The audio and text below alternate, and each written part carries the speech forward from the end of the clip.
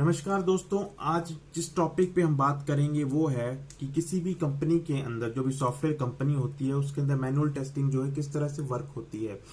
तो देखिए दोस्तों, जो एक्सपीरियंस पर्सन है उनको तो पता होता है कि किस तरह से जो है सॉफ्टवेयर कंपनी के अंदर जो है काम होता है, क्योंकि उनको आइडिया होता है कि किस तरह से होता है। लेकिन जो फ्रेशर हैं उनको शायद आइडिया नहीं होता है। तो मैं थोड़ा सा ओवरव्यू दूंगा जो कि आप लोगों के लिए हेल्पफुल होगा अगर आप फ्रेशर हैं या अगर आप जानना चाहते हैं किस तरह से मैनुअल टेस्टिंग जो है किसी भी सॉफ्टवेयर कंपनी के अंदर वर्क होती है।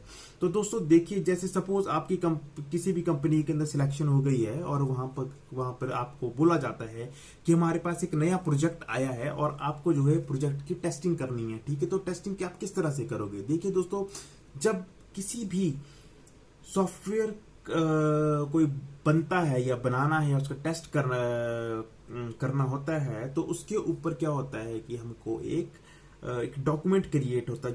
जो बिजनेस एनालिस्ट होता है वो एक डॉक्यूमेंट क्रिएट करता है। ठीक है, उस डॉक्यूमेंट के अंदर जो होता है पूरा का पूरा फंक्शनैलिटी लिखी होती है कि किस तरह से ये सॉफ्टवेयर जो होता है, सपोज रजिस्ट्रेशन फॉर्म जो है, ये किस तरह से रजिस्ट्रेशन फॉर्म बनना है, इस रजिस्ट्रेशन फॉर्म में कितनी फील्ड होनी चाहिए। ठीक है, और रजिस्ट्रेशन फॉर्म में फील्ड जो है, ठीक है, फील्ड तो बन गई, और उसके अंदर फंक्शनैलिटी जो होती है वो किस तरह से वर्क करेगी।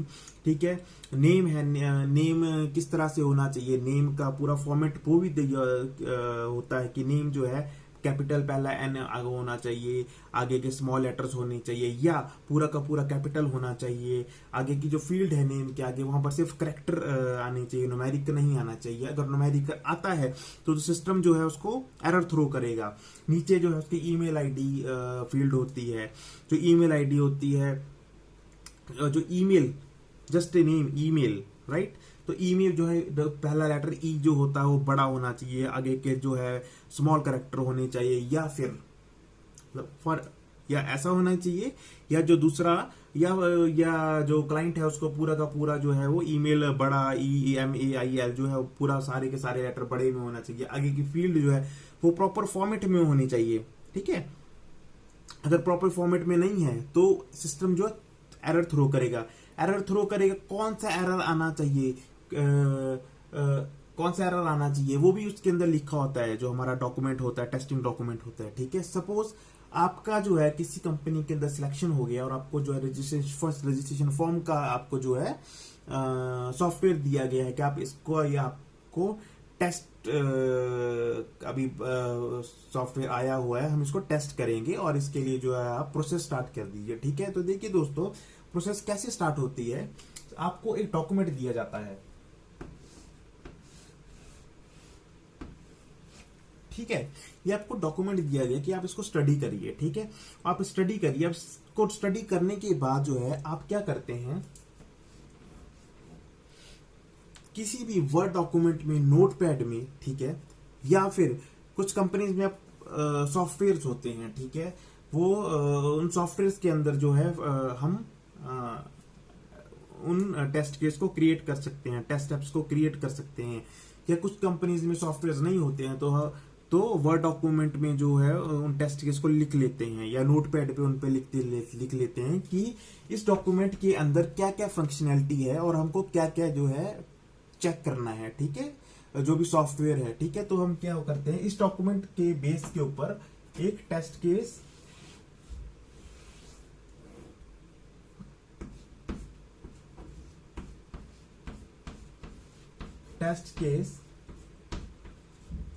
केस क्रिएट करते हैं, और ये हमारा डॉक्यूमेंट है। ठीक है, एक टेस्ट केस क्रिएट करते हैं। अब टेस्ट केस जो है के अंदर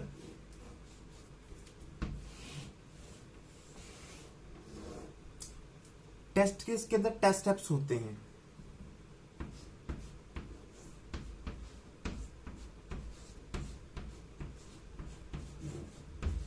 ठीक है, टेस्ट केस बनाते हैं, टेस्ट केस के अंदर टेस्ट एप्स होते हैं। ठीक है, अब ये हम टेस्ट केस क्यों बनाते हैं? देखिए दोस्तों, टेस्ट केस हम इसलिए बनाते हैं कि सपोज आपकी टीम के अंदर कोई दूसरा पर्सन है, वो सॉफ्टवेयर जो है वो उसकी फंक्शनैलिटी को चेक करने के लिए उसको दिया जाता है। ठीक है, तो वो जो है वो टेस्ट केस को ओपन करता है, या आप उसको सेंड करते हो, कोई ये टेस्ट केस है। टेस्ट केस क्या है? एक वर्ड डॉक्यूमेंट है। ठीक है, उसके अंदर आपने टेस्ट एप्स लिखे हुए हैं कि किस तरह से जो है ये वाला जो डॉक्यूमेंट है इसके अंदर का जो सॉफ्टवेयर है, जो रजिस्ट्रेशन फॉर्म है, वो किस तरह से वर्क करता है। ठीक है, तो देखिए दोस्तों, ये टेस्ट केस हम इसलिए लिखते हैं, बनाते हैं ताकि ये हमारे किसी भी दूसरे टीममेट को जो है हेल्प हो सिनेरियो को टेस्ट करने के लिए, या आपको कोई टेस्ट केस आता है टेस्ट करने के लिए, तो इसलिए जो है हम ये टेस्ट केस बनाते हैं। और उसके अंदर टेस्ट स्टेप्स होते हैं। टेस्ट स्टेप्स क्या है कि इसके अंदर जो सॉफ्टवेयर है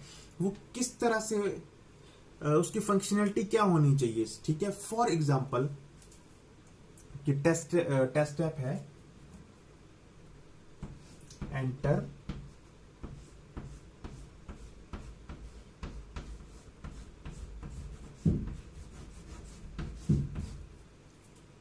नेम। ठीक है, दूसरा टेस्ट स्टेप है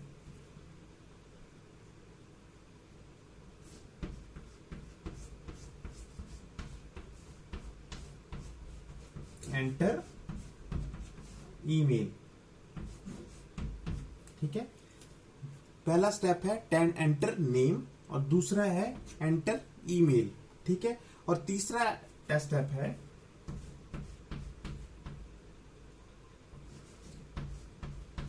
क्लिक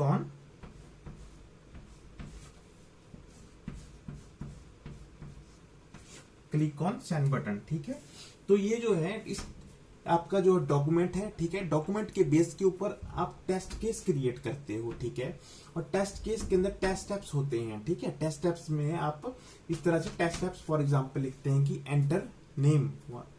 जब एंटर नेम है तो जो यूजर है उसको उसको पता लग जाता है। ठीक है, तो मुझे यहाँ पर एंटर नेम लिख करना है। ठीक है, दूसरा स्टेप देखता है, ठीक है, एंटर नेम हो गया। ठीक है, तो दूसरे में वो देखता है, ठीक है, एंटर ईमेल आईडी। ठीक है, मुझे इधर एंटर ईमेल आईडी करनी है। ठीक है, अब नीचे और तीसरे स्टेप में वो देखता है कि ठीक है, क्लिक ऑन सेंड बटन। ठीक है, तो मुझे यहाँ पर जो है सेंड बटन पे क्लिक करना है। ठीक है, तो इस तरह से जो होता है ये सारा हमारा सिनेरियो होता है। ठीक है, तो दोस्तों किसी भी सॉफ्टवेयर कंपनी के अंदर अगर आप जाते हो तो इस तरह के ही सिनेरियोज होते हैं कि इस तरह से आपको एक डॉक्यूमेंट दिया जाता है, उसके बेस के ऊपर आप टेस्ट केस लिखते हो।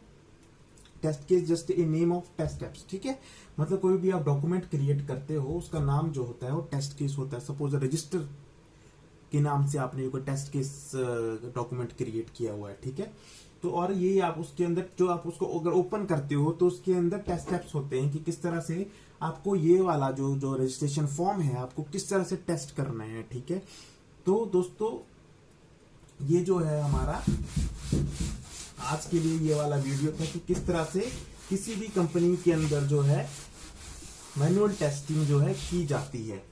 ठीक है, तो ठीक है दोस्तों, अगर आपको ये वीडियो अच्छा लगे तो आई एम वेरी थैंकफुल कि मैं आप लोगों की थोड़ी बहुत हेल्प कर सका ये ओवरव्यू देने के लिए कि किस तरह से मैनुअल टेस्टिंग जो है वो किसी भी कंपनी के अंदर जो है किस तरह से वर्क करती है। धन्यवाद।